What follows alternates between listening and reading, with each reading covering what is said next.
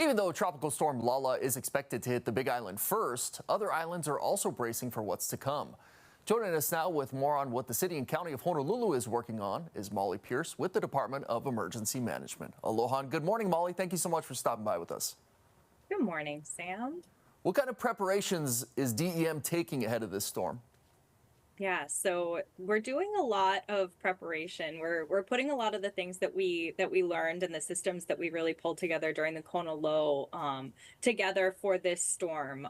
One of the things that the city is doing is we know that something's coming this time, and so we're doing a lot more preparation in terms of physical infrastructure. We've got a lot of stream mouths open. We've got a lot of tree clearing that's going on. A lot of things that are part of our hurricane timeline that we're able to put into practice. And then today we're opening up the city's Emergency Operations Center, and then the Joint Operations Center is also opening up at the police department. So we've got that physical space for coordination and collaboration that allows us to kind of solve those game time issues much more quickly.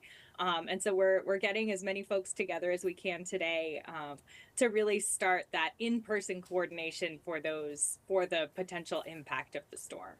There are so many hazards that do come with a hurricane when you talk about storm surge, wind, etc. We don't know what we're going to get, but is there anything that DEM is most concerned about as far as the impacts we could see here on Oahu?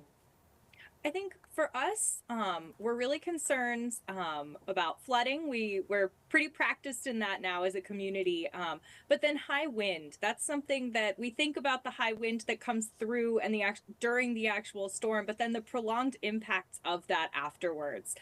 The potential for down trees, down power lines, and the long-term impacts that could have. And so making sure that we as a city, as an emergency management enterprise, and then also the public are prepared for those prolonged power outages and things that could be the secondary impact of that high wind. So I think the high wind is something that we're really concerned about for this storm because it's something that we haven't collectively experienced as much of lately. And so perhaps we're not all, as a city and as a community, as prepared for it as we may be for, say, flooding that we've much more recently been exposed to.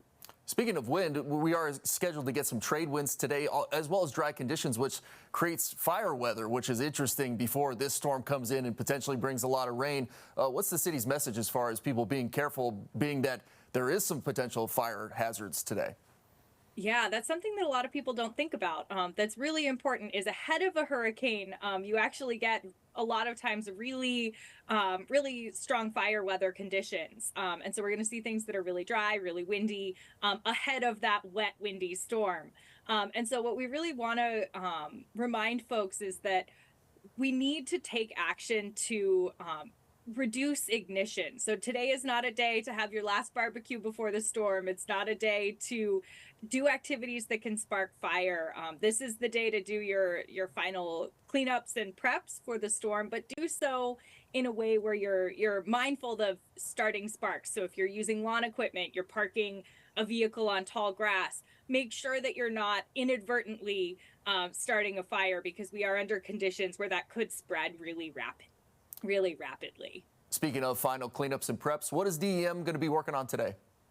Today is those final coordination elements, getting ready for potential need for sheltering, and then doing those final tree cleaning, storm mouth openings, and those kinds of things. So buttoning up all the things that we've been doing over the week, and then getting ready for the impact portion of the storm. All right, Molly Pierce with the city's Department of Emergency Management. Thank you so much for stopping by with us this morning.